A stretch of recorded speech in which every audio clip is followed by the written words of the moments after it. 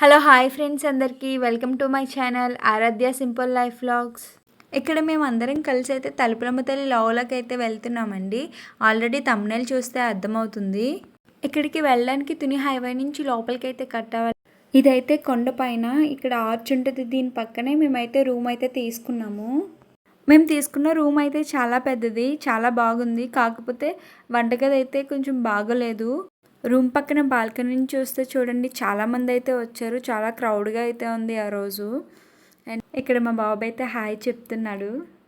ఇంకా మేము అక్కడికి వెళ్ళేసరికి బాగా లేట్ అయిపోయింది. ఇంకా వస్తుండగానే మా అత్తమ్మలు ఇద్దరూ కలిసి పొయ్యిని అయితే సెట్ చేస్తారు. సెట్ చేసి దానికి పసుపు కుంకుమతో బొట్టలు అయితే పెట్టేసి పొయ్యి అయితే వెలిగించేశారు. ఇక్కడ మా వాళ్ళందరూ కలిసి వెజిటేబుల్స్ అయితే కట్ చేస్తున్నారు. చూడు, నేను టమాటో కట్ చేస్తున్నానని చూపిస్తుంది మా అక్క. ఈవిడైతే మా అత్త, మా అందరికీ అత్త అవుతుంది. ఇక్కడ ఈ స్పెట్స్ పెట్టుకున్నది అయితే మా హస్బెండ్. అండ్ అలాగే ఈ పక్కన ఉన్నది మా బావగారు. రూమ్ అయితే చాలా పెద్దగా ఉండడం వల్ల పిల్లలు అయితే బాగా అయితే ఆడుకుంటున్నారు.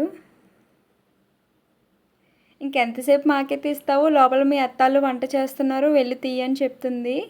ఇక్కడ మా అత్తమ్మలిద్దరూ కలిసి ఎలాగోలా కష్టపడి పొయ్యినైతే వెలిగించేశారు. గ్యాస్ సిలిండర్ దొరకకపోవడం వల్ల మాకు ఈ తిప్పలు అయితే వచ్చాయి. ఇక్కడ నేనైతే స్టార్ట్ చేశాను, కానీ నేనైతే పూర్తిగా వండలేదు.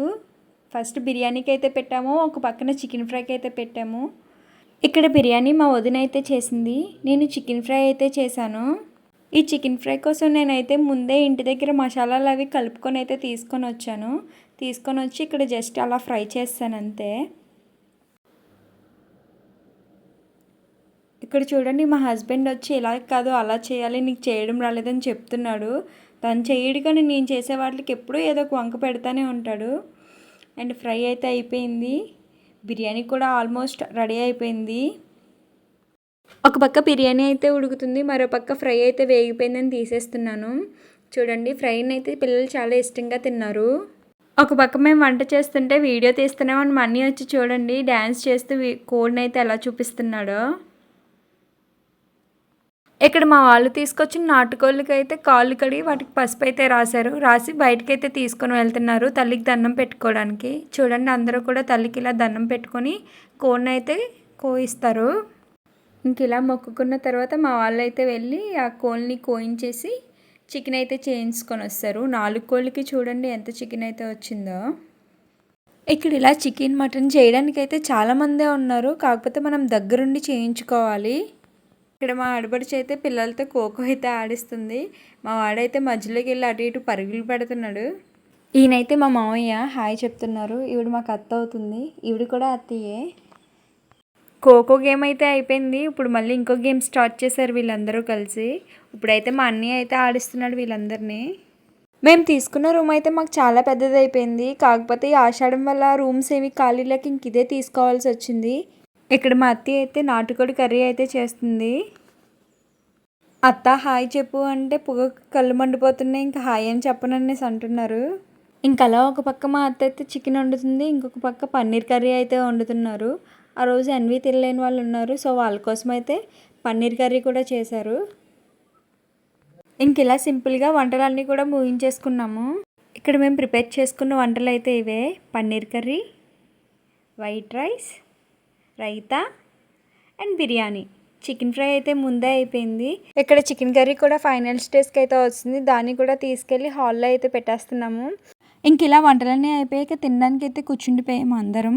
వంటలన్నీ కూడా చాలా బాగా కుదిరాయి. ఇంకా అందరం ఒకసారి కూర్చొని భోజనం అయితే చేసేసాము.